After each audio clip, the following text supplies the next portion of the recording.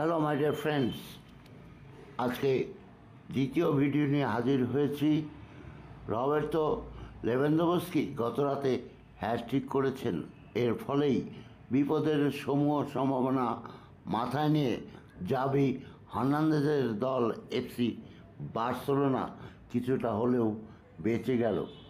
এরপরে রয়েছে এফসি জিরোনার সাথে খেলা। সে খেলাটিতে হয়তো জেতার সম্ভাবনা রয়েছে এফসি বার্সেলোনার, তারা জেতার চেষ্টাই করবে। কামাল স্পোর্টস বিডির এই ভিডিওতে আপনাদের স্বাগত জানাচ্ছি। আমার চ্যানেলটি সাবস্ক্রাইব করবেন এবং সাথে থাকবেন।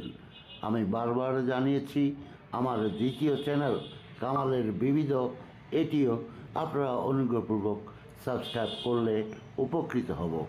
আপনাদের ধন্যবাদ দিয়ে শুরু করছি আজকের ভিডিও। গত রাতের যে বার্সেলোনা খেলেছিল ভ্যালেন্সিয়ার বিপক্ষে, আর সে খেলাটি হয়েছিল বার্সেলোনার লুইস কোম্পানিজ অলিম্পিক স্টেডিয়ামে। আপনারা জানেন এফসি বার্সেলোনার ঐতিহ্যবাহী স্টেডিয়াম ক্যাম্প নূর সম্প্রসারণ কাজ শেষ হয়নি। এই ক্যাম্প নূর সম্প্রসারণের বিষয় নিয়ে আমি ইতিমধ্যেই একটি ভিডিও দিয়েছি। ডেসক্রিপশন বক্সে সেই লিঙ্কটি দিয়ে দেব, চাইলে আপনিও দেখে নিতে পারেন। আর তাই তো অন্য স্টেডিয়ামে খেলে থাকে বার্সেলোনা, গত রাতে যেমন খেলেছে তারা অলিম্পিক স্টেডিয়ামে। গত রাতে ভ্যালেন্সিয়ার বিপক্ষে বার্সেলোনার স্টেডিয়ামে খেলায় 2-2 গোলে সমতায় চলছিল প্রথমার্ধের কিছু আগে পর্যন্ত। এরপর বার্সেলোনার পোলিশ স্ট্রাইকার রবার্ট লেভানডোভস্কির হ্যাটট্রিক সব মিলিয়ে অবশেষে 4-2 গোলে বিজয়ী হয়েছে বার্সেলোনা। রবার্ট লেভানডোভস্কি গোল করেছেন খেলার 49 মিনিটে, দ্বিতীয় গোল করেছেন খেলার 82 মিনিটে এবং একদম শেষে আরেকটি গোল করেছেন 93 মিনিটের সময়।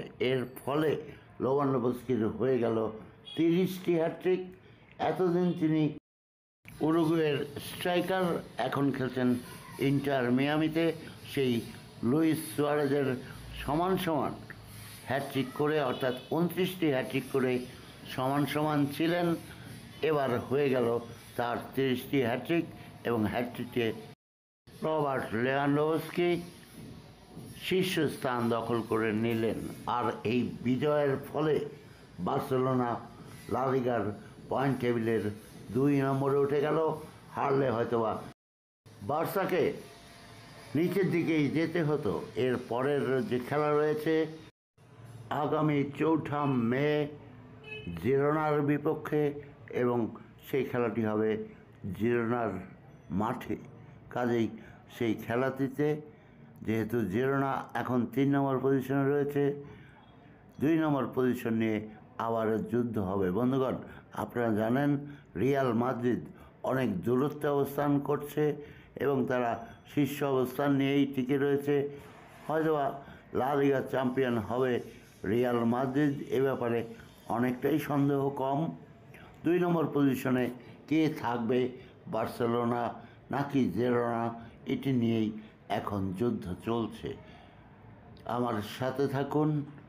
প্রয়োজনীয় খবর হলে 2 বারের জন্য ভিডিও দিয়ে হলেও আপনাদের জানিয়ে দেব। কামাল স্পোর্টস বিডির চ্যানেলটি সাবস্ক্রাইব করবেন। সেই সাথে পূর্বেই বলেছি আমার অন্য একটি চ্যানেল রয়েছে কামালের বিবিধ, সেটিও সাবস্ক্রাইব করার আমন্ত্রণ জানাচ্ছি। আমাদের সাথে থাকুন, আমাদের শুভেচ্ছা গ্রহণ করুন। কামাল স্পোর্টস বিডির পক্ষ থেকে আপনাদের অনেক অনেক শুভেচ্ছা ও ধন্যবাদ।